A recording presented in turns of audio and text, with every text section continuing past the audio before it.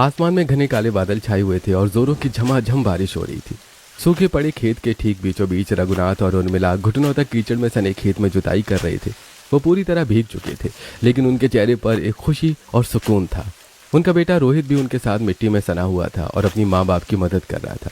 वहीं थोड़ी दूरी पर दिया बारिश में दोनों हाथ फैलाकर मोर की तरह नाच रही थी। अरे माँ जी, बाबूजी, आप लोग इस तूफानी बारिश में भीग क्यों रहे हैं? बाहर आ जाइए खेत से। देखिए, आपके पैरों में चप्पल भी नहीं है। इस तरह कीचड़ में रहेंगे तो आप लोगों को सर्दी लग जाएगी। काव्या छाता लेकर अपने ससुराल वालों को खेत से बाहर आने के लिए कह रही थी। अरे नहीं बहू, ये सर्दी लगने वाली बारिश नहीं है। इस बारिश का तो मैं ना जाने कब से इंतजार कर रही थी। भगवान ने आखिरकार मेरी प्रार्थना सुन ही ली। अरे भाभी, आप उस छाते के नीचे छुपकर क्या कर रही हैं? इस छाते को फेंकिए और आइए ना, हमारे साथ बारिश का मजा लीजिए। आखिर ये लोग इस बारिश में इतने ज्यादा खुश क्यों थे और उर्मिला रघुनाथ इस तूफानी बारिश में खेतों की जुताई क्यों कर रही थी? आप भी यही सोच रहे हैं ना? तो इसे समझने के लिए चलिए कहानी में थोड़ा पीछे चलते हैं। रोहित, मुझसे तो अब और इंतजार ही नहीं हो रहा हमारे नए घर में जाने का। और कितनी दूर है हमारा वो नया फ्लैट? बाहर सूरज आग उगल रहा था और कार का एसी फुल स्पीड में चल रहा था। काव्या और रोहित आगे की सीट पर बैठे हुए थे। रोहित गाड़ी चलाकर काव्या को उनके नए फ्लैट में ले जा रहा था। तभी काव्या रोहित के कंधे पर हाथ रखते हुए उससे ये सवाल पूछती है। रोहित प्यार से काव्या की तरफ देखता है और एक हाथ से स्टीयरिंग व्हील संभालते हुए जवाब देता है, अरे जान, बस थोड़ा सा इंतजार और कर लो, हम लोग बस पहुंचने ही वाले हैं। थोड़ी देर में कार एक पौश आलीशान सोसाइटी के सामने रुकती है। रोहित गाड़ी से उतरता है, भागकर दूसरी तरफ का दरवाजा खोलता है। वो काव्या को रोमांटिक अंदाज में अपनी बाहों में उठा लेता है और मुस्कुराते हुए नए फ्लैट के दरवाजे तक ले जाता है। काव्या, देखना, तुम्हें हमारा नया घर बहुत पसंद आएगा। रोहित काव्या को उनके नए फ्लैट पर ले जाता है। फ्लैट का दरवाजा खुलता है। अंदर का नजारा किसी 5 स्टार होटल जैसा था। बड़े बड़े सोफे, स्मार्ट टीवी और पूरे घर में सेंट्रल एसी की वजह से भयंकर ठंडक थी। रोहित काव्या को नीचे उतारता है। वाह, हमारा घर तो कितना चिल्ड है रोहित। बाहर 45 डिग्री की झुलसाने वाली गर्मी हो रही है और यहाँ हमारा ये चिल्ड एसी वाला फ्लैट। यहाँ तो शिमला जैसी ठंडक है। काव्या पूरे घर में खुशी से झूमती है। घर देखते ही देखते वो मॉडर्न मॉड्यूलर किचन की तरफ जाती है। अंदर घुसते ही वो खुशी से चीख पड़ती है और रोहित को गले लगाते हुए कहती है, अरे वाह रोहित, तुमने तो मेरी सहूलियत के लिए रसोई में भी कूलर लगवा दिया। अब तो मुझे खाना बनाने में बिल्कुल भी गर्मी नहीं लगने वाली। तुम दुनिया के सबसे अच्छे पति हो। काव्या की बात सुनकर रोहित भी मुस्कुरा देता है। वो काव्या की नाक खींचते हुए कहता है, अरे तुम बस क्या यहाँ वहां पर पूरे घर में घूमती रहोगी? आज हमारे इस नए घर में पहला दिन है ना, तो चलो एक काम करो, जल्दी से अपने इन कोमल हाथों से कुछ मीठा बना दो। आज तो खीर खाकर ही घर की शुरुआत होनी चाहिए। अभी लीजिए जनाब, इस ठंडे ठंडे किचन में तो मैं दिन भर आपके लिए पकवान बना सकती हूँ। काव्या खुश होकर किचन के काउंटर की तरफ बढ़ती है। काव्या खुशी खुशी किचन में खीर बना रही थी। कूलर की ठंडी हवा उसके बालों को उड़ा रही थी। उसके बाद दोनों डाइनिंग टेबल पर बैठकर एक दूसरे को खीर खिलाते हैं। खाना खाने के बाद रोहित और काव्या आराम करते हैं। शाम के वक्त काव्या रोहित से कहती है, रोहित सुनो ना, आज तो तुम्हारी ऑफिस की छुट्टी है ना, चलो ना शॉपिंग करने चलते हैं, मेरा बड़ा मन कर रहा है। अरे जो हुक्म मेरी रानी, चलो मैं तुम्हें शॉपिंग मॉल ले चलता हूँ। रोहित काव्या को मॉल ले जाता है। मॉल में दोनों घूमते हैं। उनके हाथों में ढेरों शॉपिंग बैग्स थी। शॉपिंग के बाद वो पिज्जा हट में बैठे पिज्जा खाते हैं। काव्या ने एक महंगा डिजाइनर टॉप और जीन्स पहना हुआ था। रोहित भी जीन्स और टी शर्ट में था। अच्छा हुआ रोहित जो तुमने ये फ्लैट ले लिया। अब हम लोग आराम से रहेंगे। हमारे उस पुराने घर में तो सिर्फ एक कूलर ही था और उसमें कितनी गर्मी लगती थी। उफ। और अभी तो न्यूज में बता रहे थे कि टेम्परेचर 45 डिग्री तक जाने वाला है। तुम फालतू में टेंशन क्यों लेती हो काव्या? हमारे घर में तो इतना बड़ा एसी लगा है ना, तुमको बिल्कुल भी गर्मी नहीं लगेगी। तुम बस चिल करो। सच कहूँ रोहित, मुझे तो ऐसी ही जिंदगी में बहुत मजा आता है। ये लंबी लंबी लॉन्ग ड्राइव्स, ये बड़े मॉल्स में शॉपिंग, ये 24 घंटे एसी। मुझे तो शहर की ये हाई क्लास जिंदगी बहुत पसंद है। हाँ हाँ बाबा, मुझे पता है तुम मेरी शहर की रानी हो। अब चलो जल्दी से खा लो। दोनों पिज्जा खाकर वापस अपने फ्लैट आ जाते हैं। अगले दिन सूरज की तेज किरणें खिड़की से आ रही थी, लेकिन घर के अंदर एसी की वजह से मौसम सुहाना था। काव्या किचन में जल्दी जल्दी नाश्ता बना रही थी और टिफिन पैक कर रही थी। रोहित तैयार होकर डाइनिंग टेबल पर आता है। वाह काव्या, तुमने तो आज बड़ी जल्दी से सब कुछ बना दिया। हाँ, रात को इतनी अच्छी और गहरी नींद आई ना कि सारी थकान मिट गई। ऊपर से सुबह उठकर मैंने फटाफट से सारे काम निपटा लिए। लीजिए, आपका नाश्ता तैयार है और मैंने आपका टिफिन भी पैक कर दिया। आप आराम से ऑफिस जाइए। रोहित मुस्कुराकर नाश्ता करता है और ऑफिस चला जाता है। रोहित के जाते ही काव्या लिविंग रूम के मुलायम सोफे पर धंस जाती है। वो एसी का टेम्परेचर और कम करती है और टीवी चालू करती है और आराम से लेट जाती है। वाह, अब तो मजा ही आ जाएगा जीने में। अब मुझे दिन भर कुछ नहीं करना है, घर का सारा काम तो हो गया है। अब मैं आराम से सोफे पर लेटकर चिल करूंगी।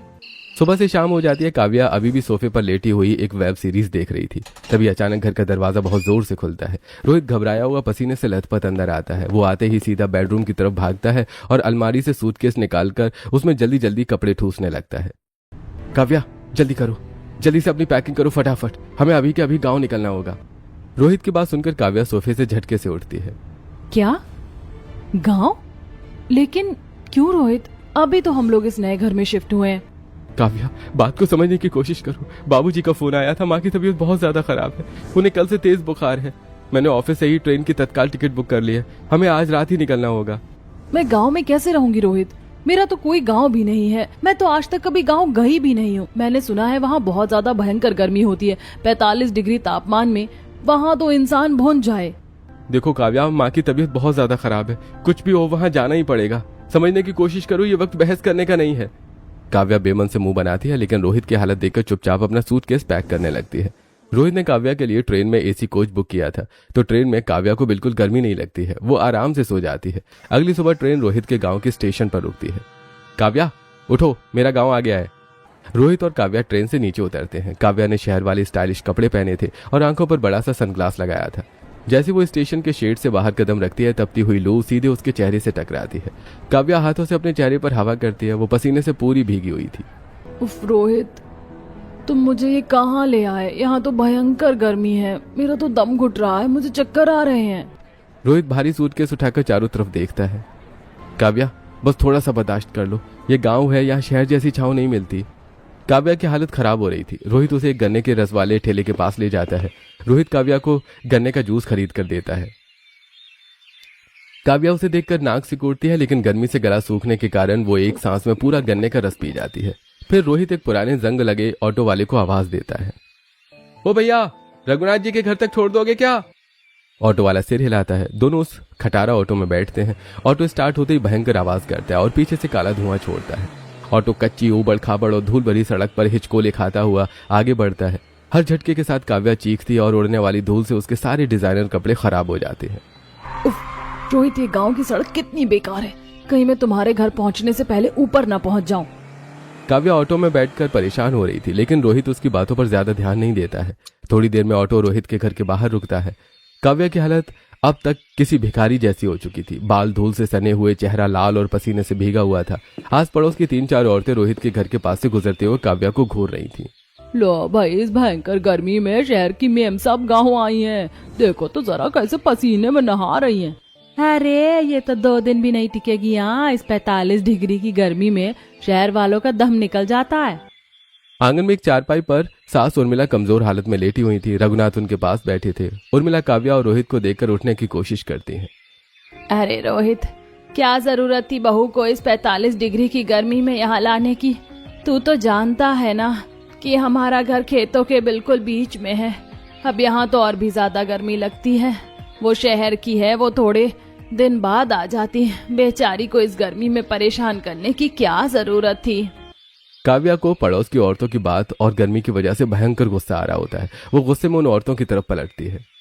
क्या आप लोगों को गर्मी नहीं लग रही है जो इस चिलचिलाती धूप में यहाँ बाहर पंचायत करने खड़ी हैं?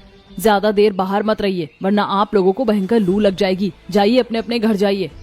काव्या का तेवर देखकर औरतें मुंह बनाती हैं और वहां से खिसक जाती हैं। उर्मिला अपनी बहू का ये रूप देखकर धीमी सी मुस्कान देती है।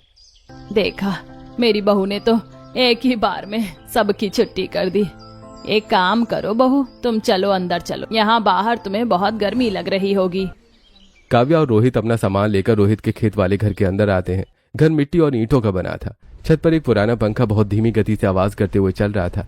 काव्या गर्मी से बेहाल होकर वहीं एक छोटे स्टूल पर बैठ जाती है। तभी दिया एक मिट्टी के मटके से पानी का गिलास भरकर लाती है।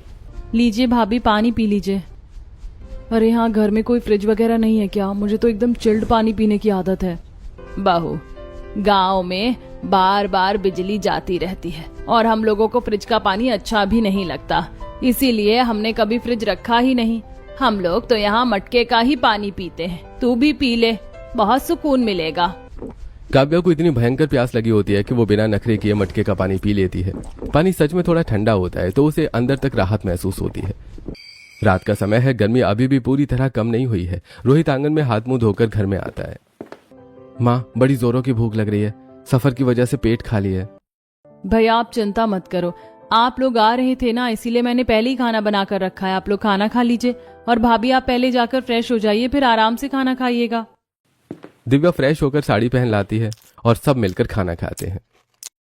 काव्या इतनी थकी हुई थी कि खाना खाते ही वो चारपाई पर गिरते ही गहरी नींद में सो जाती है। अगले दिन भी झुलसाने वाली गर्मी थी। शाम के वक्त काव्या अपने खेत के बीच वाले घर के आंगन में बैठी पसीना पोंछ रही थी, तभी दिया उसके पास आती है। चलिए भाभी, हम लोग थोड़ा खेत घूम कर आते हैं। बाहर तो बहुत ज्यादा गर्मी है ननद जी, रहने दीजिए ना। अरे दिया, क्यों परेशान कर रही है अपनी भाभी को? उसका गांव घूमने का मन नहीं है तो रहने देना। अरे माँ, शाम में खेतों में बहुत ठंडी हवा आएगी। हमारे बंद घर से ज्यादा ठंडी हवा तो बाहर खेतों में आती है। चलिए ना भाभी, जल्दी चलिए। नहीं ननद जी, समझने की कोशिश कीजिए ना, मेरा खेत में जाने का बिल्कुल भी मन नहीं है। काव्या के मना करने पर दिया उदास हो जाती है। लेकिन आप चाहें तो हम लोग यहीं बैठकर चाय बिस्किट खा सकते हैं और थोड़े गप्पे मार सकते हैं। काव्या की बात सुनकर दिया खुश हो जाती है। वो चाय बनाती है और चाय बिस्किट लेकर बाहर आती है। शाम होने की वजह से थोड़ी ठंडी हवा चल रही थी। खुली हवा में चाय पीते हुए काव्या को पहली बार गांव में थोड़ा सुकून महसूस होता है। रघुनाथ और रोहित भी घर आ गए थे। रघुनाथ काव्या की तरफ देखते हैं।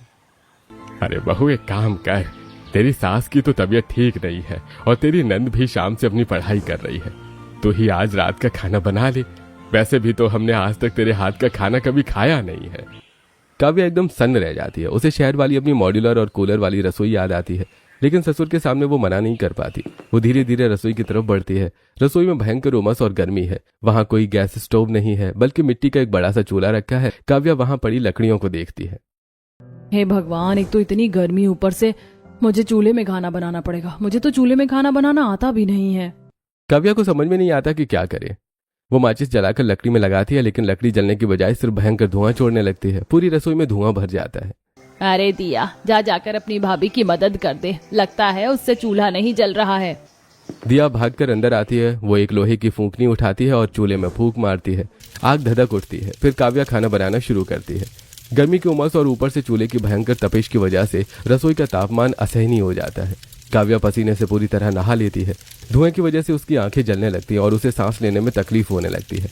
उसकी आंखों के सामने अंधेरा छाने लगता है। रोहित, रोहित, मुझे चक्कर। तभी काव्या का संतुलन बिगड़ता है और वो रसोई की जमीन पर ही बेहोश होकर गिर जाती है। रोहित भागकर रसोई में जाता है और घबराया हुआ काव्या को गोद में उठाकर आंगन की खटिया पर लेटाता है। उर्मिला जल्दी से मटके का ठंडा पानी लाती है और काव्या के चेहरे पर छींटे मारती है। काव्या धीरे धीरे खांसते हुए अपनी आंखें खोलती है। मेरी बच्ची तो बड़ी कमजोर निकली। पहले दिन इसकी रसोई में हालत खराब हो गई। ये क्या मेरी सेवा करेगी और मुझे देगी? मुझे लगता है कि तबीयत खराब होने के बाद भी मुझे ही इसे देखना पड़ेगा। उर्मिला की बात सुनकर रघुनाथ, रोहित और दिया सब जोर जोर से हंसने लगते हैं। काव्या को यह सुनकर बहुत तेज चिढ़ मचती है। वो मुंह फुला लेती है और दूसरी तरफ करवट ले लेती है। कोई बात नहीं भाभी, आप आराम करो। माँ, मेरी पढ़ाई हो गई है, मैं जाकर खाना बना देती हूँ। दिया रसोई में जाती है और पसीने से तरबतर सबके लिए खाना बनाती है।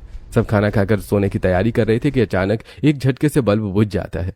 पुराने छत का पंखा जो टर्र टर्र की मरियल आवाज से साथ चल रहा था, वो भी रुक जाता है। चारों तरफ अंधेरा और सन्नाटा छा जाता है। सभी जैसे तैसे गर्मी में सोते हैं, पर काव्या अचानक अपनी खाट से उठकर बैठ जाती है। अरे ये क्या हो गया? मुझे बहुत गर्मी लग रही है। बिजली क्यों चली गई? और बिजली कब आएगी? भाभी, ये गांव है, यहाँ बिजली कब आएगी इसका कुछ पता नहीं होता। कभी कभी तो 1-2 दिन बाद ही दर्शन देती है। हे भगवान, अब मैं क्या करूं? मुझसे तो ये गर्मी बिल्कुल बर्दाश्त नहीं हो रही। मेरा तो दम घुट रहा है यहाँ। काव्या को गर्मी में परेशान देखकर रोहित अपनी खाट से उठकर जल्दी से पास रखा बांस का हाथ वाला पंखा उठाता है और हाथ पंखे से काव्या को हवा करने लगता है। अरे तुम परेशान मत हो काव्या, मैं तुम्हें हवा करता हूँ। माँ, देख रही हो रोहित भैया हमारी भाभी से कितना प्यार करते हैं। दिया की बात सुनकर उर्मिला मुस्कुरा देती है। रोहित के हवा करने से काव्या की आंख लग जाती है, पर कुछ देर बाद भी गर्मी कम नहीं होती। पंखा बंद होने की वजह से मच्छरों का झुंड भिनभिनाने लगता है और काटने लगता है। काव्या अपने हाथ पैर खुजलाते हुए रोने लगती है। मुझसे नहीं होगा रोहित, मैं यहाँ एक पल भी नहीं रह सकती। ये कोई जगह है रहने की? इतनी गर्मी, यहाँ तो 45 डिग्री की गर्मी पड़ रही है। सुबह लू चलती है, शाम को उमस जान ले लेती है और अब ऊपर से ये मच्छर खाए जा रहे हैं मुझे। अरे आहिस्ता बोलो काव्या, माँ बाबूजी सो रहे हैं, वो सुन लेंगे तो उन्हें कैसा लगेगा। मुझे गांव में नहीं रहना, मुझे वापस अपने एसी वाले फ्लैट में जाना है। आप मुझे अभी के अभी शहर ले चलिए। देखो अभी माँ की तबीयत ठीक नहीं है और खेतों में भी बहुत काम है, मुझे वो सब देखना पड़ेगा। तुम थोड़ा सा समझने की कोशिश करो ना, अभी सो जाओ। काव्या मुंह फुलाकर लेट जाती है, लेकिन मच्छरों और गर्मी के मारे पूरी रात करवटें बदलती रहती है। अगले दिन सुबह से ही सूरज आग उगलने लगा था। रोहित और रघुनाथ काम के लिए खेत चले जाते हैं। दिया रसोई का सारा काम निपटा रही थी। उर्मिला गर्मी और तबीयत खराब होने की वजह से खटिया पर लेटी थी। काव्या अभी अभी सोकर उठी थी और बहुत चिड़ी हुई थी। अरे बहू काव्या, मेरे पैरों में बहुत दर्द हो रहा है, थोड़ा पैर दबा देना बेटा। माँ जी, वो मुझे ना पैर वैर छूना पसंद नहीं है, मुझसे नहीं होगा ये सब। आप दिया से कह दीजिए ना, वो दबा देगी आपके पैर। काव्या इतना कहकर वहां से चली जाती है। उर्मिला उदास होकर उसे बस देखती रह जाती है। दोपहर के 12 बज चुके थे। गर्मी बर्दाश्त से बाहर हो चुकी थी। काव्या नहाने के लिए बाथरूम में जाती है और पानी की टंकी छत पर धूप में रखी थी, जिसकी वजह से पानी गर्म हो गया था। बाथरूम के अंदर से काव्या की अचानक जोर से चीखने की आवाज आती है। बचाओ। उर्मिला घबराकर अपनी खटिया से उठती और भागते हुए बाथरूम के दरवाजे के पास पहुंचती है।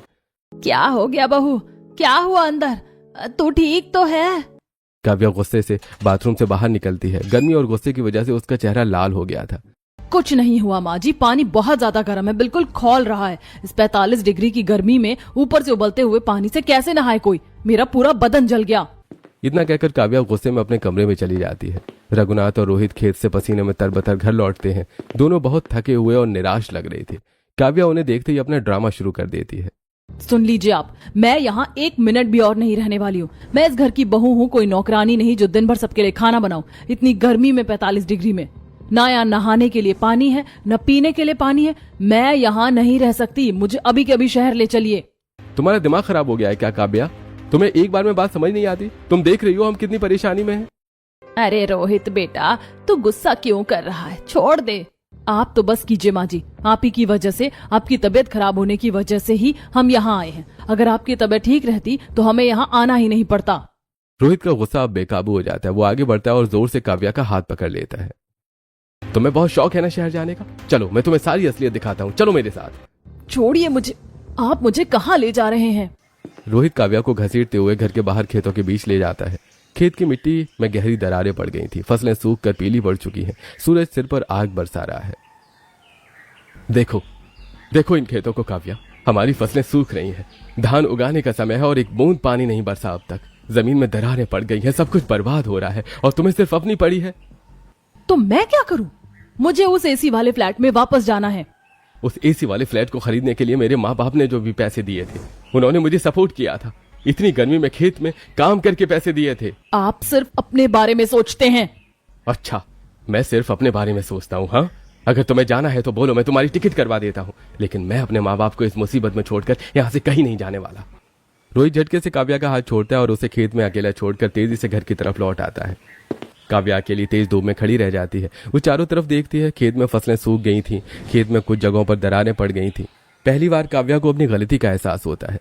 शाम के वक्त काव्या सिर झुकाए घर के अंदर आती है। उसके सास ससुर आंगन में उदास बैठे होते हैं। मुझे माफ कर दीजिए माँ जी, बाबू जी, मैं बहुत स्वार्थी हो गई थी, मुझे अपनी गलती का एहसास हो गया है। बहू, तुझे अपनी गलती का एहसास हो गया है, बहुत है। उर्मिला और रघुनाथ काव्या को माफ कर देते हैं। अगले दिन सुबह सूरज निकलने से पहले ही काव्या उठ जाती है। वो पूरे घर में झाड़ू लगाती है और अकेली रसोई में जाकर सबके लिए नाश्ता बनाने लगती है। उर्मिला रसोई के दरवाजे पर आती है। अरे बहू, तूने खाना बना लिया? हाँ माँ जी, आखिर मैं इस घर की बहू हूँ, मुझे ये सब तो सीखना ही पड़ेगा ना। धीरे धीरे मैं सब सीख जाऊंगी, आप चिंता मत कीजिए। दोपहर के 2 बज रहे थे। गर्मी बहुत ज्यादा बढ़ चुकी थी। खाने पर बैठे किसी भी सदस्य के गले से निवाला नहीं उतर रहा था। सब पसीने से तरबतर हैं। पता नहीं बारिश कब होगी। सावन का महीना आ गया है, लेकिन बारिश का नामो निशान तक नहीं है। हाँ बाबूजी, और ये तो भाभी की भी पहली बारिश होगी गांव में। गांव की बारिश में बहुत मजा आता है। दिया, सिर्फ बहू की नहीं बल्कि गांव की भी तो पहली बारिश होगी। अभी तक हमारे गांव में बारिश हुई कहाँ है? इस तरह बातें करते हुए सभी खाना खाते हैं। दोपहर का खाना खत्म होने के बाद रघुनाथ और रोहित खेत के काम से निकल जाते हैं। काव्या घर के सारे बर्तन धोती है और रसोई समेटती है। भाभी, आपने तो हमारा गांव ठीक से देखा ही नहीं। चलिए मैं आपको अपना गांव घुमा कर लाती हूँ। ठीक है काव्या, चलो। दोनों नंद भाभी गांव में घूमने निकलती हैं। रास्ते में काव्या देखती है कि गांव का बड़ा तालाब पूरी तरह सूख चुका है। गाय भैंसें गर्मी से हाँफ रही हैं। दिया, ये तालाब तो पूरी तरह सूख गया है। हाँ भाभी, 45 डिग्री की गर्मी है, इंसान तो सूख ही रहे, जानवर भी तड़प रहे हैं और फसलें तो आपने देखी हैं कि कैसे पीली पड़ गई हैं। तभी रास्ते में बरगद के पेड़ के नीचे कुछ किसान बात करते हुए वहीं से गुजर रहे थे। अरे भाई, इस बार तो नहर में भी पानी सूख गया है। अरे अगर इस बार बारिश नहीं हुई ना तो हम सब भूखे मर जाएंगे। सिंचाई का कोई साधन नहीं बचा, तालाब सूख गए हैं, हमारा सब कुछ बर्बाद हो जाएगा। ये सुनकर काव्या का दिल बैठ जाता है। जब वो घर लौटती है तो देखती है कि उसका भी खेत पूरा सूखा है और उसके पति और ससुर मिलकर फसलों की कटाई करके उसमें खाद डाल रहे हैं। ये सब देखकर काव्या की आंखें भर आती हैं और वो घर आ जाती है। जब रोहित घर लौटता है तो काव्या उसे पानी देती है। मैं आज गांव घूमने गई थी, हालत बहुत खराब है। अगर बारिश नहीं हुई तो किसानों की फसलें बर्बाद हो जाएंगी। इसीलिए तो हम सब इतने परेशान हैं काव्या। यहाँ हर इंसान सिर्फ पहली बारिश का इंतजार कर रहा है। इतना कहकर रोहित वापस अपने खेत में काम करने के लिए चला जाता है। आज गर्मी अपने चरम पर है, लू के थपेड़े चल रहे हैं। काव्या रसोई में पसीने से लथपथ होकर काम कर रही। अरे बहू रहने दे, इतनी गर्मी है, कहीं तू चक्कर खाकर गिर ना जाए। नहीं माँ जी, मैं ठीक हूँ। मैं काम करती हूँ, सबके लिए मटके के ठंडे पानी से पुदीने और गोंद कतीरा का शरबत बनाती हूँ, सबको ठंडक मिलेगी। काव्या शरबत बना ही रही होती है कि बाहर से दिया की जोरदार चीख सुनाई देती है। माँ, भाभी जल्दी बाहर आओ, भैया को चक्कर आ गया है। काव्या शरबत का जग वहीं छोड़कर बाहर भागती है। रोहित खेत जाते वक्त लू लगने की वजह से आंगन में गिर पड़ा था। रघुनाथ, दिया और काव्या उसे संभाल रहे थे। रोहित उठो, रोहित रुकिए। काव्या जल्दी से शरबत और पानी लाती है, रोहित के चेहरे पर छींटे मारती है और उन्हें शरबत पिलाती है। रोहित, लू लग गई है आपको, ये शरबत पी लीजिए, आराम मिलेगा। शरबत पीते ही रोहित को होश आता है। काव्या की सूझबूझ से आज एक बड़ी अनहोनी टल जाती है। ऐसे ही दिन गुजरते हैं। एक दिन गांव के मुखिया और सभी लोग परेशान होकर एक जगह इकट्ठा होते हैं। अरे भाइयों, जब इंसान के सारे रास्ते बंद हो जाते हैं तो सिर्फ ऊपर वाला ही रास्ता दिखाता है। हमें कुल देवी के मंदिर में महादेव की विशेष पूजा और रुद्राभिषेक करवाना चाहिए, शायद भगवान हमारी सुन ले। मुखिया जी बिल्कुल सही कह रहे हैं, मुझे भी ऐसा ही लगता है। अगले दिन मंदिर को सजाया जाता है। पूरे गांव के लोग पूजा में शामिल होते हैं। काव्या अपनी सास के पास बैठी थी। वो उर्मिला के कान में फुसफुसाती है। माँ जी, क्या सच में सिर्फ पूजा करने से बारिश हो जाएगी? देख बहू, इंसान की आस्था ही सब कुछ है। अगर आस्था नहीं होगी तो उम्मीद नहीं होगी, और बिना उम्मीद के इंसान कैसे जिएगा? काव्या उर्मिला की बात समझ जाती है। वो आंखें बंद करती है और सच्चे मन से प्रार्थना करने लगती है। लेकिन पूजा के बाद भी 2-3 दिनों तक बारिश का कोई नामो निशान नहीं होता। तभी कुछ लोग खेत से लौट रहे थे। अरे इतनी पूजा के बाद भी बारिश नहीं हुई, क्या भगवान हमसे रूठ गया है? दिया भी पास खड़ी है। सब सुनकर बहुत उदास हो जाती है। अचानक पश्चिम दिशा से तेज हवा का झोंका आता है। पक्षी शोर करने लगते हैं। दिया आसमान की तरफ उंगली उठाते हुए खुशी से चीखती है। भाभी देखिए, काले बादल, आसमान में काले बादल आ गए, बारिश होने वाली है, चलिए जल्दी घर चलते हैं। दोनों भागते हुए घर के अंदर आती हैं। तभी आसमान से एक जोरदार बिजली कड़कने की आवाज आती है और बड़ी बड़ी बूंदों के साथ झमाझम बारिश शुरू हो जाती है। रघुनाथ बारिश में भागते हुए खेतों की तरफ जाते हैं। अरे हे मेरे महादेव, तूने आज अपने बच्चों की लाज रख ली, हमारी फसलें बच गई। अरे वाह भगवान, तेरा लाख लाख शुक्र है, बारिश आ गई। काव्या जल्दी से अंदर जाती है और एक छाता लेकर बाहर आती है। सबको भीगते देखकर काव्या, अरे माँ जी, बाबूजी, आप लोग इस तूफानी बारिश में भीग क्यों रहे हैं? बाहर आ जाइए खेत से। देखिए आपके पैरों में चप्पल भी नहीं है, इस तरह कीचड़ में रहेंगे तो आप लोगों को सर्दी लग जाएगी। अरे नहीं बहू, ये सर्दी लगने वाली बारिश नहीं है। इस बारिश का तो मैं ना जाने कब से इंतजार कर रही थी। भगवान ने आखिरकार मेरी प्रार्थना सुन ली।